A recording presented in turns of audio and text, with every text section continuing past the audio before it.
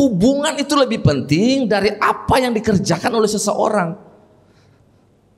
Apa yang dikerjakan itu bisa salah, itu bisa benar, tapi hubungan itu, pribadi orang itu tidak bisa digantikan, saudara. Pribadi orang itu tidak bisa digantikan. Nah, kadangkala kita itu fokus kepada satu kesalahan, lalu kita lupa mungkin ada sekian puluh kebaikan yang pernah dilakukan, kita lupakan dan kita fokus kepada satu kesalahan, membuat kita putus hubungan satu dengan yang lain. Padahal ada 10 kebaikan yang mungkin berdampak dalam hidup saudara, tapi kadangkala itu kita lupakan, dan karena egoisnya kita fokus di satu kesalahan, membuat hubungan itu rusak, dan itulah kehendak iblis.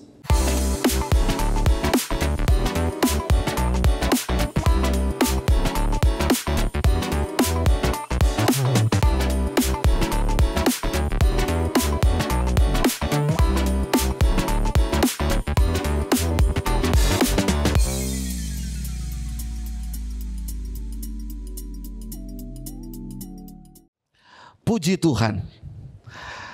Saudara menikmati libur beberapa hari ini, amin. Pakai waktu ini untuk membangun hubungan yang manis dengan keluarga. Terlalu lama sibuk kerja, biar waktu ini saudara pakai untuk terus terhubung satu dengan yang lain. Selain kita terhubung dengan Tuhan, tetap juga punya hubungan silaturahmi dengan satu dan yang lain. Nah, beberapa minggu lalu kita diberkati dengan apa yang disampaikan oleh Bapak Gembala. Pak Gembala ajarkan saudara dan saya untuk kita tetap selaras dengan Tuhan. Untuk kita selaras dengan Tuhan, kita perlu melakukan bagian kita. Amin. Itu yang minggu lalu Ibioti sampaikan. Do your part, lakukan bagianmu. Lakukan bagianmu. Nah, hari ini saya akan berbagi dengan saudara juga tentang hubungan di mana keselarasan hubungan kita dengan Tuhan akan menjadi bukti bagaimana kita punya hubungan juga satu dengan yang lain. Do your part terhadap Tuhan, juga terhadap sesama. Lakukan bagian kita kepada Tuhan, juga lakukan bagian kita satu dengan yang lain. Nah, bicara mengenai hubungan, ada satu prinsip yang saya perlu sampaikan buat Bapak Ibu supaya kita mengerti bahwa hubungan itu Allah lah yang memulai satu hubungan. Tuhanlah yang menjadi inisiator satu hubungan. Kalau ditanya, menurut Bapak Ibu, kita diciptakan untuk apa? Pasti ada yang bilang kita diciptakan untuk menyembah Tuhan, kita diciptakan untuk memuliakan Tuhan. Itu tidak salah. Tetapi saudara dan saya, kita diciptakan untuk punya hubungan dengan Tuhan, untuk relationship dengan hubungan dengan Tuhan. Di dalamnya ada pujian penyembahan. Amin. Jadi kita diciptakan untuk terhubung dengan Tuhan. Nah, Allah kita itu Allah yang membangun hubungan. Allah kita bukan Allah yang satu arah. Allah kita Allah yang membangun hubungan. Allah Tritunggal itu punya hubungan yang manis satu dengan yang lain. Nah, karena itu Allah mau menduplikasi hubungannya lewat ciptaannya manusia. Nah, karena itu Allah kita disebut Allah yang relasional. Nah, manusia juga disebut manusia yang relasional karena kita diciptakan serupa segambar dengan Tuhan. Jadi karena itu kita perlu punya hubungan dengan Tuhan, juga punya hubungan satu dengan yang lain. Makanya kitab Kejadian bilang tidak baik manusia itu apa? Seorang diri saja. Jadi kalau saudara yang suka sendiri-sendiri, Tuhan bilang terbaik. Amin. Karena kita diciptakan serupa segambar dengan Tuhan. Kita diciptakan dari tanah untuk punya hubungan satu dengan yang lain. Kalau kita nggak punya hubungan satu dengan yang lain, jangan-jangan kita diciptakan dari tanah sengketa.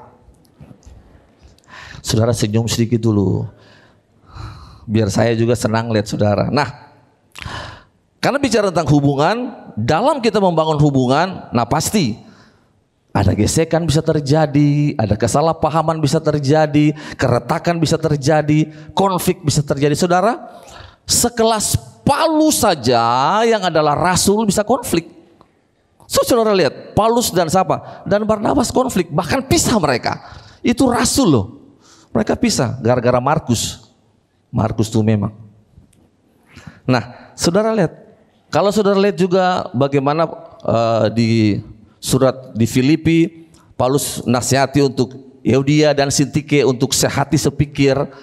Itu bukti bahwa dalam pelayanan pun, dalam melayani bersama bisa saja kita mengalami konflik. Bahkan kita punya peluang juga untuk terjadi keretakan dalam hubungan.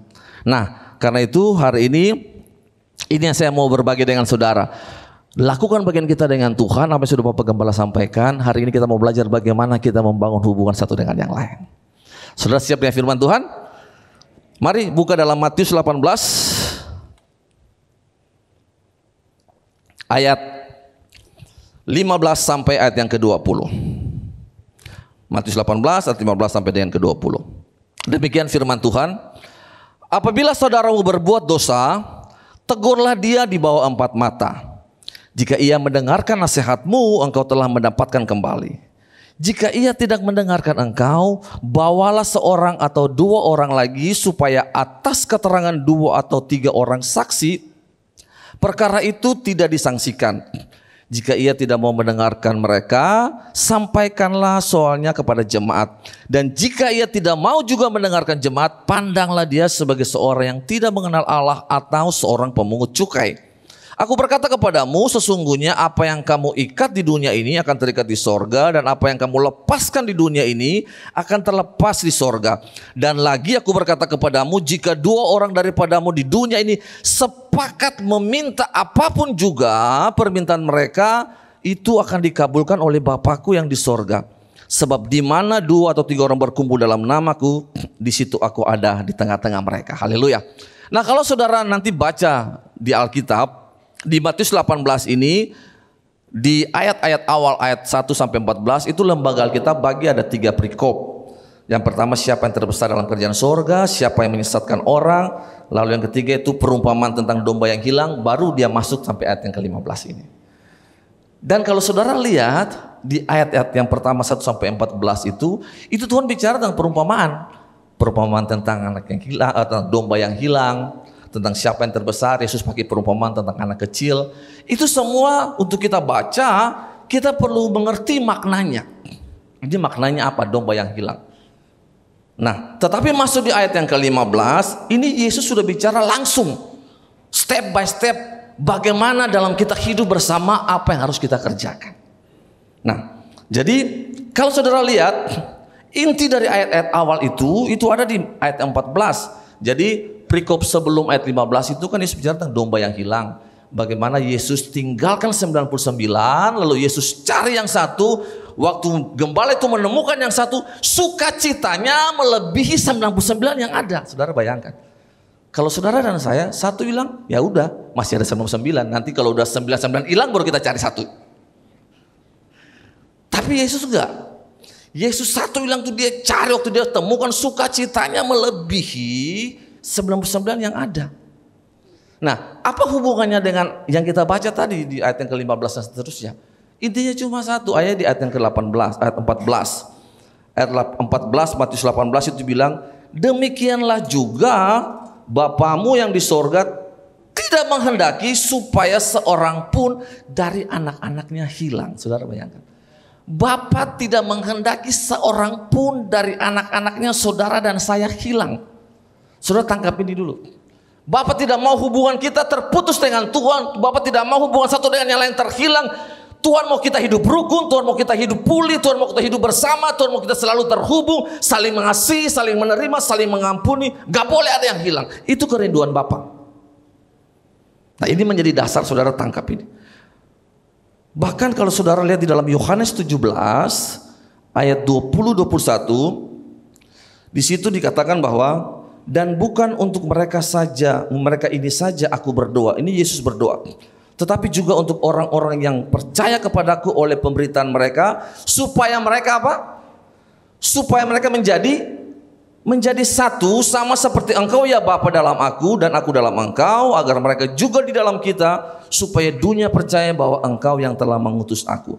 Saudara, tidak semua doa Yesus itu ditulis, tapi kali ini doa Yesus ini ditulis. Yesus bukan cuma mengajar untuk kita satu, tapi Yesus saja berdoa supaya kita satu. Bayangkan sebelum dia pergi, masih sempat-sempatnya dia berdoa supaya kita satu. Karena itu betapa pentingnya kesatuan, betapa pentingnya kita terhubung satu dengan yang lain. Itu penting. Di dalam Matius 5 ayat 23-24, Yesus bilang begini. Sebab itu, saudara perhatikan ya, Jika engkau mempersembahkan persembahanmu di atas mezbah dan engkau teringat akan sesuatu yang ada dalam hati saudaramu terhadap engkau, tinggalkanlah apa? Persembahanmu di depan mezbah itu dan pergilah berdamai dahulu dengan saudaramu, lalu kembali untuk mempersembahkan persembahanmu. Saudara lihat, waktu saudara dan saya mau bawa persembahan kepada Tuhan, Tuhan bilang, udah nanti aja, nanti kamu berdamai dulu. Kamu berdamai dulu, buat saya nanti saja. Yang penting kamu berdamai dengan dia. Kalau kita kan enggak, pokoknya terserah, mau marah, mau emosi terserah. Yang penting mau menyembah Tuhan, pusing apa dengan dia. Kita pikir Tuhan nomor satu, padahal enggak. Tuhan bilang berdamai nomor satu. Nah, berapa banyak kita penyembahan cuma sampai di plafon. Coba senyum sedikit dulu. Ini hal-hal penting kadang-kala kita lewatkan. Kita pikir hubungan tuh enggak, saudara, hubungan tuh penting. Karena Allah lah yang memulai hubungan. Inisiator dari satu hubungan itu Allah, bukan manusia. Karena itu Tuhan mau kita selalu terhubung, selaras dengan Tuhan, selaras juga satu dengan yang lain. Nah, mari kita masuk di ayat yang ke-15 ini. Itu menjadi dasar supaya saudara mengerti betapa pentingnya satu hubungan. Nah, ayat 15 itu bilang, apabila saudaramu, apa saudara? Berbuat dosa. Saudara perhatikan, apabila saudaramu, kata saudara ini. Yesus nggak bilang apabila musuhmu, apabila troublemaker, apabila orang yang enggak. Yesus bilang apabila saudaramu berbuat dosa. Jadi satu yang saudara harus lihat, bahwa orang-orang yang bersama dengan saudara di dalam Tuhan, di dalam komunitas, yang ada di dalam gereja bersama dengan saudara, duduk kiri kanan saudara, inilah saudara. Bisa nggak kita lihat ini sebagai satu saudara? Orang suka bilang teman rasa saudara. Kadang-kala di dunia lebih rasa teman rasa saudara dari dalam gereja. Betul apa benar? Kadang-kala itu di dunia kita, harusnya itu di gereja. Teman rasa saudara itu mesti di gereja. Karena kita sama-sama ditebus, kita sama-sama milik kepunyaan Tuhan. Nah, karena itu poin yang pertama, saudara catat ini. Poin yang pertama dalam kita berjalan bersama,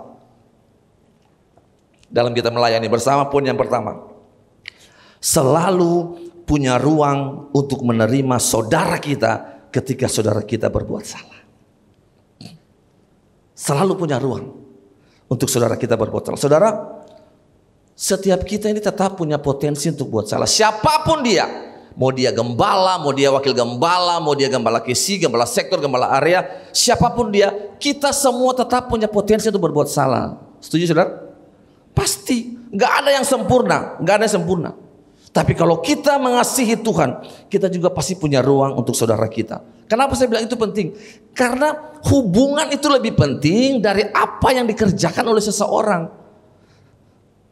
Apa yang dikerjakan itu bisa salah, itu bisa benar. Tapi hubungan itu, pribadi orang itu tidak bisa digantikan, saudara.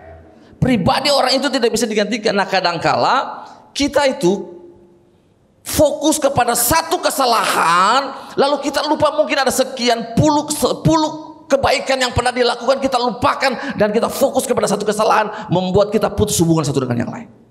Padahal ada 10 kebaikan yang mungkin berdampak dalam hidup saudara, tapi kadang-kala itu kita lupakan, dan karena egoisnya kita fokus satu kesalahan, membuat hubungan itu rusak, dan itulah kehendak iblis. Iblis selalu mau untuk saudara dan saya terputus satu dengan yang lain. Karena target iblis yaitu bagaimana memutuskan hubungan kita dengan Tuhan dengan cara memutuskan hubungan kita satu dengan yang lain. Itu visinya iblis. Tuhan mau kita terhubung, iblis mau kita terputus. Makanya dia bisa pakai hal-hal yang kecil supaya saudara dan saya terputus satu dengan yang lain. Tuhan enggak. Menurut saudara, Tuhan tahu nggak kalau Petrus itu akan sangkal dia? Tahu.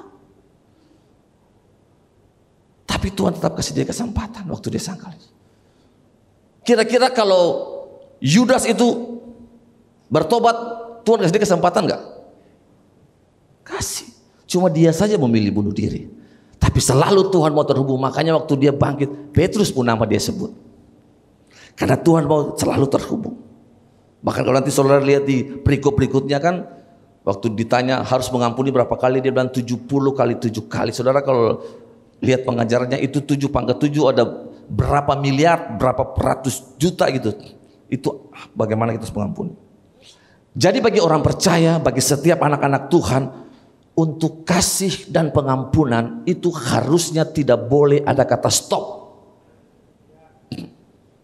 Itu harga mati. Untuk anak-anak Tuhan tidak boleh ada kata stop. Tidak boleh ada batasan. Yang tadi iblis akan selalu membuat kita menutup hati supaya kita tidak terhubung. Tapi Tuhan menghendaki supaya kita terhubung satu dengan yang lain.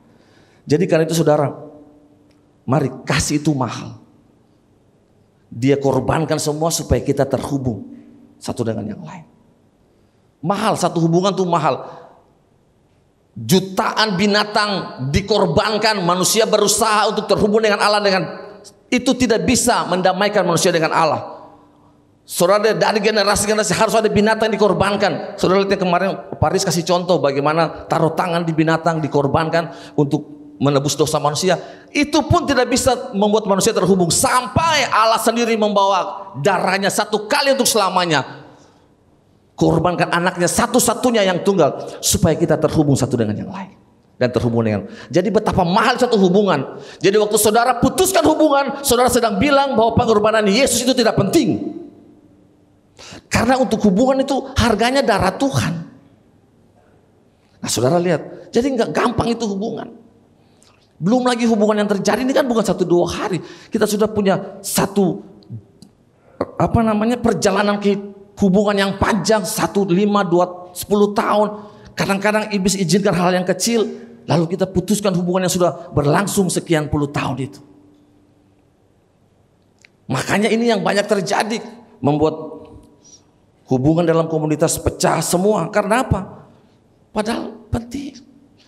Pribadi orang itu lebih penting. Menurut saudara, berlian itu penting nggak? Mahal nggak harganya? Nilainya, nilai. Kalau mahal relatif. Tapi berlian itu bernilai nggak? Nilai. Berlian dengan manusia mana lebih bernilai? Kenapa? Karena manusia yang kasih nilai untuk berlian itu. Kita yang kasih nilai untuk berlian itu. Tapi manusia itu lebih bernilai. Kenapa? Karena Tuhan lihat kita serupa segambar dengan kita. Kenapa manusia lebih bernilai? Karena kita di mata Tuhan bernilai. Bahkan Tuhan mati untuk kita. Tuhan gak mati untuk berlian itu. Karena itu manusia lebih penting dari berlian. Setiap kita memang punya potensi untuk melukai satu dengan yang lain. Tapi tetap Tuhan kasih obat penawar. Namanya apa? Pengampunan. Amin. Jadi saudara sadar ini. Sesama kita, sesama anak-anak Tuhan, yang harusnya kita lakukan itu kita saling membagikan kasih satu dengan yang lain. Bukan menjatuhkan vonis. Kadang-kadang kita kasih vonis terakhir.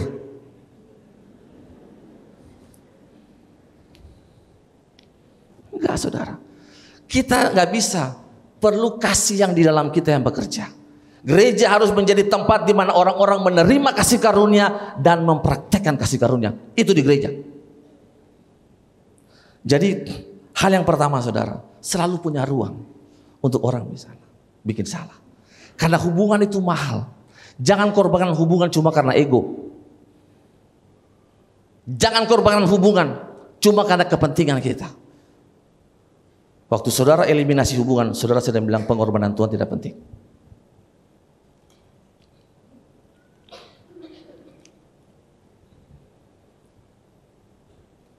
Lihat kiri kanan dulu, bilang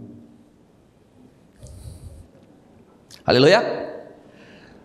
Nah, mari kita masuk lebih dalam. Poin yang kedua, jadi yang pertama punya ruang. Hubungan itu mahal. Jadi selalu punya ruang untuk orang bikin salah. Minta kekuatan dari Tuhan. Yang kedua, masih dalam Matius 18 ayat yang ke-15. Di situ bilang ini. Apabila saudaramu berbuat dosa, dibilang apa? Tegurlah dia di bawah 4 mata. Jika ia mendengarkan nasihatmu, engkau apa? Mendapatkannya kembali. Jadi Tuhan bilang kalau gini loh, saudara, ayat ini nih Yesus sedang bicara kepada murid-murid, bukan kepada orang banyak ya.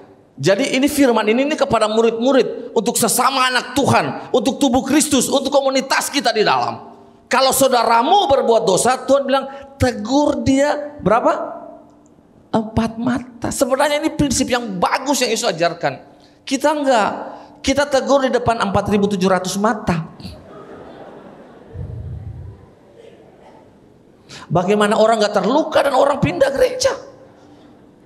Padahal kalau kita 4 mata, itu cukup, kita bisa dapatkan dia kembali. Kita enggak, kita merasa kita hebat kalau kita bisa bilang depan orang banyak kesalahan orang. Apalagi di gereja kan kita paling rohani. Pak, ini buat Pak saja ya, tolong jangan bilang siapa-siapa. Padahal Pak ini orang yang 327.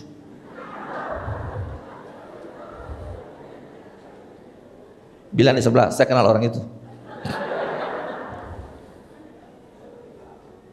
Saudara, Yesus mau tuh kenapa saudara? Tegur itu bukan tanda musuh, tegur itu tanda mengasihi. Tapi tegur berapa? 4 dulu, kita enggak, kita langsung kepada seluruh orang tahu. Makanya orang pindah, orang keluar dari komunitas karena orang seluruh dia yang dia malu. Para Tuhan bilang, selesaikan 4. Kalau dia nggak mau dengar, panggil 2-3 orang yang dalam komunitasmu saja, jadi saksi yang tahu kalian. Kalau dia nggak dengar pun, baru di tengah jemaat. Kalaupun dia tidak dengar, saudara, kalimat berikut bilang apa? Pandang dia sebagai orang apa? Tidak mengenal Allah atau pemungut cukai. Nah, menurut saudara, kalau sampai depan jemaat dia nggak mau dengar, terus anggap dia tidak mau kenal Allah, jangan peduli sama dia. Kira-kira itu pikiran Yesus nggak? Yesus mau nggak peduli nggak gitu? Saya pun baru mengerti, saudara. Awalnya saya pikir kalau dia nggak mau dengar, angkat lempar dia, orang Amun bilang. Saudara yang online ngerti-ngerti aja ya. Enggak, saudara tahu, Yesus sangat mengasihi orang berdosa. Yesus makan dengan pemungut cukai. Yesus datang untuk orang sakit, bukan orang sehat, kalau saudara baca. Jadi kenapa dia bilang pandang dia sebagai pemungut cukai? Artinya pandang dia sebagai orang yang perlu tetap dikasihani. Pandang dia, jangan buang dia. Dia tetap perlu jamahan Tuhan. Dia tetap harus perlu diselamatkan. Karena tegur itu untuk dapatkan dia kembali.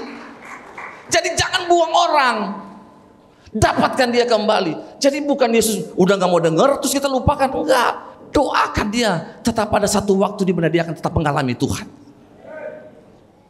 Nah, wah, salah banyak kita. Kita pikir sudah langsung kasih tembok, jadilah menurut hidupmu. Enggak. Jadi saudara, itu yang Tuhan sedang ajarkan kita. Please, jangan buka rahasia orang. Saudara boleh punya gesekan terjadi, konflik terjadi, tapi jangan buka rahasia orang. Karena waktu dia udah punya hubungan baik, kadang-kala dia sudah cerita semua. Tapi waktu saudara mengalami konflik, saudara beberkan itu kepada satu media. Seluruh media di Facebook dan Instagram saudara sikat di situ. Di sini enggak, ini yang di gereja-gereja di pedalaman-pedalaman di Kutub Utara. Saudara lihat Amsal 11 ayat 13. Amsal 11 ayat 13 itu bilang ini. Siapa mengumpat membuka rahasia, tetapi siapa setia menutup perkara. Bahasa Indonesia masih kini bilang ini. Penyebar kabar angin tak dapat memegang rahasia, tetapi orang yang dapat dipercaya bisa merahasiakan perkara. Satu lagi, Mazmur 25 ayat 9. Dia bilang bahasa Indonesia masa kini bilang gini. Salah faham dengan kawanmu, selesaikanlah hanya dengan dia. Tetapi rahasia orang lain janganlah kamu buka. Haleluya. Saudara, please jangan buka orang rahasia. Saudara boleh punya konflik, tapi please mari jaga rahasia. Amin. 1 Petrus bilang, yang terutama kasihlah seseorang akan yang lain, karena kasih menutup banyak sekali dosa. Ini bukan tutup-tutup orang dosa, bukan. Tapi bagaimana kita tidak seperti tukang sayur yang berkeliling kompleks lalu menceritakan semua dosa-dosa orang. Bukan. Bukan, saudara. Kadang-kala kita sudah ampuni, tapi kita masih ngomongin, Pak, saya sudah kasih maaf, tapi orangnya tuh begini loh. Pak tahu nggak? 2 meter panjang. Ngomong suruh ampuni tapi masih ngomong di belakang. Kita gosip tapi bahasanya rohani. Mari saya tanya saudara. Saudara sadar nggak bahwa betapa sulitnya hari ini kita menemukan orang yang dapat dipercaya? Kalau boleh jujur, ini penuh atas bawah. Saudara yang online pun jawab. Berapa banyak saudara yang sudah punya orang yang dapat dipercaya? Boleh angkat tangan? 1. Boleh? Berapa banyak? 2, 3, sudah 4. Saudara bayangkan, kita sudah hampir 1000 orang, cuma ada 4 orang yang berani bilang ada dia punya yang dapat dipercaya. Artinya kita belum bisa percaya orang karena memang sulit dipercaya. Termasuk kita pun belum bisa dipercaya. Mungkin sederhana. Tapi hari ini kalau kita belum temukan orang yang dapat dipercaya, minimal mulai hari ini saudara dan saya ambil keputusan. Tuhan, biar hari ini saya mau belajar dapat dipercaya. Mulai dari kita. Amin. Kadang biasa. Padahal harusnya sesama anak Tuhan. Makanya Yesus bilang, ajar tuh 4 mata. Bisa dipercaya. Nah, inilah hal-hal yang kita mungkin jago berhubungan dengan Tuhan, tapi dengan sesama kita nggak pandai. Padahal manifestasi hubungan dengan Tuhan adalah hubungan dengan sesama. Itu dampaknya harusnya ke situ. Jadi hari ini saudara, minimal saudara dan saya bisa menjadi orang yang dapat dipercaya. Amin. Dan saudara yang sudah punya orang yang bisa dipercaya, saudara tahu nggak? Itu hadiah yang luar biasa. Betul? Itu hadiah yang luar biasa kalau saudara sudah punya orang yang dapat dipercaya. Itu orang dewasa namanya. Bisa dipercaya.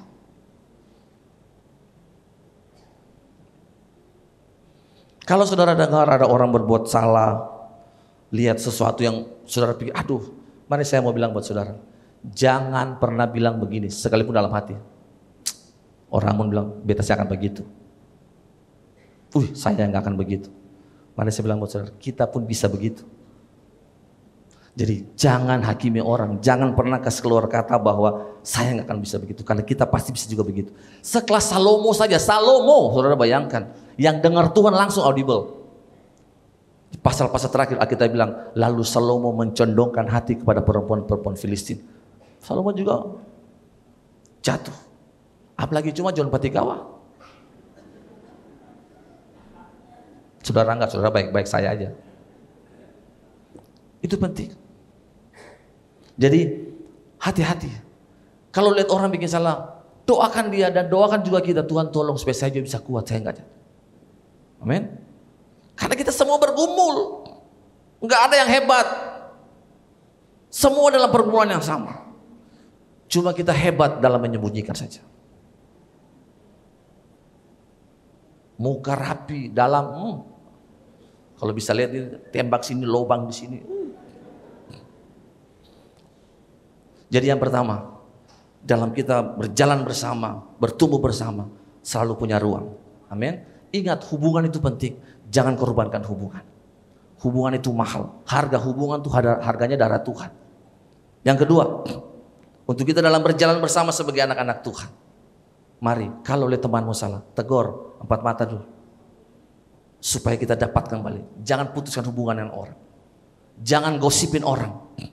Jadilah orang yang dapat dipercaya, yang dapat pegang rahasia. Amin.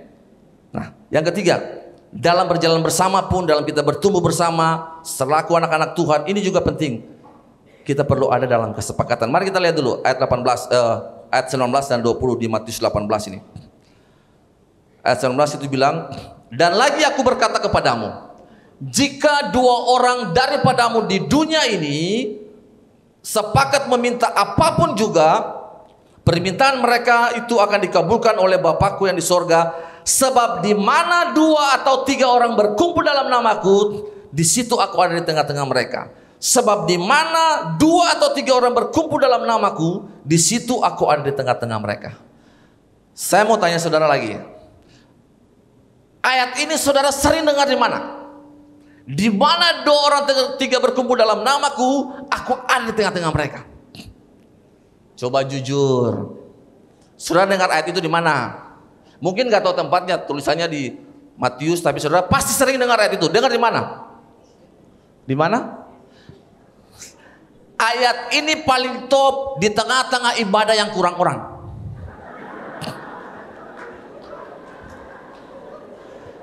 WL-nya masuk, dia lihat gini, ya baru 5. Shalom saudara, saya percaya 2-3 orang berkumpul, Tuhan ada di tengah-tengah kita. Katakan amin, haleluya. Jangan tepuk tangan.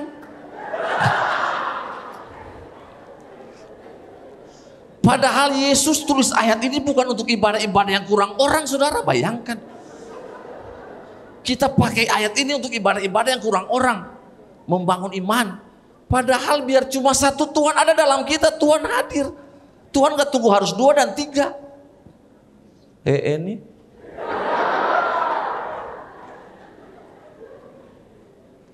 enggak. Yesus sedang bicara tentang kesepakatan. Yesus bilang, kalau 2 orang di antaramu sepakat meminta apapun juga, bayangkan 2 saja. Yesus kasih contoh 2 sepakat minta apapun dikabulkan. Apalagi kita lebih dari 2. Jadi kadang-kadang kalau doa kita belum dijawab, jangan-jangan karena kita belum sepakat suami istri. Jangan-jangan. Karena Tuhan cuma kasih contoh 2. Artinya gini, kalau 2 orang sudah bisa menerima perbedaan, lawatan terjadi. Jadi sepakat itu adalah menerima perbedaan. Kita di gereja belum sepakat, baru seragam. Nah, yang ada tuh baru seragam, belum sepakat. Kayak tadi choir, pakai baju orange semua. Ini baru seragam, belum tentu mereka sepakat. Siapa tahu malam-malam satu udah marah-marah, aduh ini pakai ini lagi, kita nggak punya, cari di mana jam segini lagi, belum lagi ini udah kekecilan, cari di mana. Dia dongkol, dia emosi, dia bersungut-sungut, tapi dia cari juga. Karena kalau nggak melayani. Besok dia datang pagi-pagi dia cari. Tapi dia cuma seragam, tapi hatinya penuh dengan kemarahan. Datang shalom, pasti udah ngomong. Jadi kadang-kala kita tuh baru cuma seragam, belum sepakat. Sepakat tuh bicara hati, kesepakatan tuh di dalam sini. Saudara, kata sepakat ini bahasa aslinya tuh symphoneo. Itu bahasa musik loh. Tuhan tuh luar biasa. Artinya harmonisasi, harmoni. Kalau saudara yang suka belajar, sepakat tuh dari kata symphoneo, artinya harmoni. Nah kemarin Pak Gembala sudah kasih contoh bagaimana do sampai do.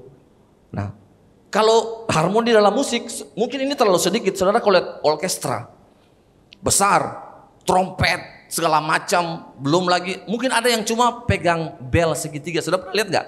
Dia cuma ting ting. Saudara bayangkan kalau dia kan masing-masing tunggu, dia punya bar sambil lihat partitur. Ting. Bayangkan kalau dia nggak lihat partitur, dia cuma lihat kenapa trompet tinggal pep pep pep pep. Kok dia terus ya, kok enggak ting ting ting ting ting ting ting. Apa jadinya itu konser? Padahal kalau kita bisa sepakat menerima perbedaan, masing-masing dengan dia punya bagian. Amin. Jadi mari saudara, yang dibilang sepakat itu bagaimana kita bisa menerima perbedaan. Jadi kalau dibilang di mana 2 atau 3 orang berkumpul dalam namaku, itu artinya di mana 2-3 orang berkumpul, mereka mempercayai bahwa ada identitas Yesus dalam mereka. Jadi 2 orang Kristen berkumpul, harusnya ada Yesus di situ, ada penerimaan, ada pengampunan, ada kasih di situ, ada pemulihan di situ. Karena kita bersama, ada Yesus di situ. Jadi kalau dibilang di mana 2 orang 3 berkumpul, 2-3 orang Kristen berkumpul, harusnya orang bisa rasa Yesus juga di situ. Nah pertanyaannya, waktu 2-3 orang Kristen berkumpul, orang bisa rasa Yesus nggak di tengah-tengah 2-3 orang itu? Di sekolah, di dewan, di mana? Atau waktu 2 orang 3 berkumpul, yang ngerasa cuma bau-bau perpecahan di situ, atau bau-bau gosip di situ. Harusnya yang bilang 2 orang 3 berkumpul dalam namaku, artinya mereka berkumpul dengan identitas Yesus yang mereka percayai. perkataannya, karakternya, hidupnya, itu yang mesti begitu. Amin. Ini yang penting. Jadi poin yang ketiga, dalam kita hidup bersama saudara, mari terima perbedaan satu dengan yang lain. Amin. Jadi yang pertama, punya ruang untuk orang apa? Berbuat salah. Lihat hubungan lebih penting. Yang kedua, kalau temanmu berbuat salah, saudaramu berbuat salah, tegur. Jangan gosipin. Belajar bisa jaga rahasia. Yang ketiga, dalam hubungan bersama, belajar untuk menerima perbedaan. Dan yang penting ini, dan yang keempat, jadikan kasih sebagai penghubung untuk berbagai perbedaan dalam kita berjalan bersama. Karena saudara, kan kita ini kan beda potensi, beda status sosial, beda karakter, beda pilihan, semua kita berbeda. Kita punya potensi yang beda-beda, jadi saudara yang punya potensi lebih, jangan meremehkan orang yang punya potensi yang biasa, karena semua itu menjadi satu yang harmoni waktu kita lakukan part kita masing-masing. Karena kalau mungkin saudara lihat pemain musik ini hebat, lihat mereka punya potensi luar biasa, kita nggak bisa anggap remeh mereka yang punya potensi membersihkan kamar mandi dan WC, karena itu juga penting. Kalau enggak, bahasa Amr bilang saudara masuk bobohosi. Ini semua penting. Kalau masing-masing lakukan bagiannya, penting. Kita punya potensi yang berbeda, tetapi itu dibutuhkan supaya ada sinergi. Amin. Kita punya status sosial yang berbeda. Mungkin ada yang diberkati lebih. Iya, memberkati orang yang kurang. Saudara yang kurang pun bersyukur dengan apa yang ada. Jangan bersungut terus. Saling memberkati satu dengan yang lain.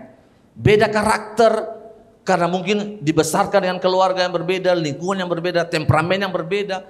Bisa nggak kita saling menerima karakter satu dengan yang lain? Karena perubahan itu bukan dimulai dari orang lain, tapi mulai dari itu saudara yang bilang sendiri. Jadi jangan paksa orang berubah, saya yang harus berubah. Apa saja mulai dari saya, mengampuni mulai dari saya, terima orang mulai dari saya. Semua inisiatif untuk berdamai mulai dari saya, semua mulai dari saya. Karena kita di gereja itu kurang inisiatif, selalu tunggu orang. Nanti lihat orang sudah salah baru bilang mimpi apa? Dari kemarin-kemarin nggak ngomong, sekarang baru bilang mimpi. Saya udah lihat memang Pak, saya udah lihat, lu lihat gak ngomong. Beda pilihan, kadang-kadang kita punya pilihan yang berbeda. Semua, tapi bagaimana kita bisa jadikan itu sebagai satu kekuatan untuk kita bertumbuh bersama. Amin. Jadi kalau hubungan kita, perbedaan kita itu bisa kita hubungkan dengan kasih, betapa harmonisnya kita hidup satu dengan yang lain. Kolose 3:14 bilang, dan di atas semuanya ini kenakanlah kasih sebagai pengikat yang mempersatukan. Jadi waktu setiap orang memerankan perannya dengan baik, semua pasti akan terlihat harmonis. Masing-masing bikin dia bagian, nggak usah tuntut-tuntut orang. Kita punya bagian masing-masing. Lakukan itu dengan kasih. Sebab cuma kasih yang membuat kita bisa menjalani peran kita itu dengan harmonis. Cuma kasih. Jadi kuncinya cuma ada di situ. Saudara, dari semua yang tadi kita bicarakan, bagaimana saudara bisa terima orang, bagaimana saudara bisa tetap menjaga mulut dan bisa tidak gosipin orang, semua itu kekuatannya cuma satu. Dari awal yang Bapak Gembala sampaikan, kita tetap perlu terhubung dengan Tuhan. Itu harga mati. Sebab disitulah kita dapat suplai kekuatan untuk kita bisa mengasihi, mengampuni. Gak bisa dengan kekuatan kita, saudara gak bisa mengampuni dengan kekuatan saudara. Palingan 3 kali saudara kuat, 4 kali saudara bilang stop, last day. Kapan saudara, satu lagi, kapan saudara dan saya menangis di hadirat Tuhan? Kapan kita punya hati yang remuk di hadirat Tuhan? Kapan kita punya air mata keluar saat dalam hadirat Tuhan? Coba saudara cek, kapan terakhir kita menangis di hadirat Tuhan? Jangan-jangan sulama nggak pernah mengalami jamaah. Tapi kalau kita selalu terbiasa remuk di hadapan Tuhan, menyadari siapa kita, Tuhan, aku ini cuma karena anugerah, aku ini harusnya mati, aku ini banyak dosa, tapi kesempatan terus Tuhan berikan. Terima kasih Bapak, ampuni aku Tuhan, Terima kasih Engkau menerima aku, kita pasti bisa terima orang lain. Karena kita tahu bahwa kita juga diterima oleh Tuhan. Tapi kalau kita nggak pernah mengalami kasih Tuhan dalam hadirat, kita sulit terima orang lain. Terus kita berjalan dengan dendam, kebencian, kepahitan. Dia masuk kiri, saudara belok kanan. Tapi saudara menyembah juga sih. Keluar pun hal yang sama. Ini khotbah buat kita semua. Amin. Karena kita sedang bertumbuh bersama.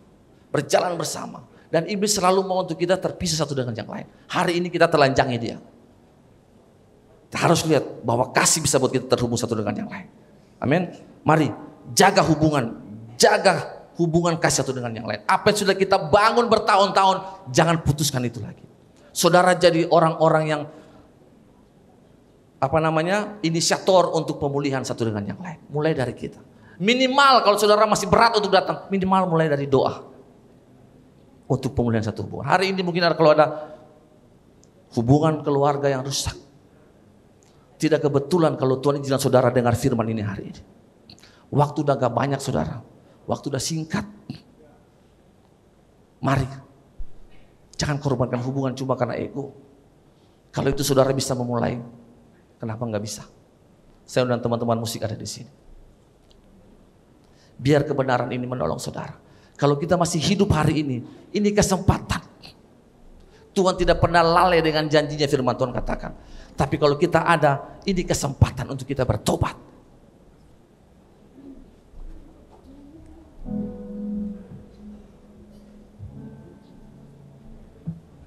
Saya sampai di sini. Tapi biar ini menolong kita. Untuk kita selaras dengan Tuhan. Dan selaras juga dengan satu dan yang lain.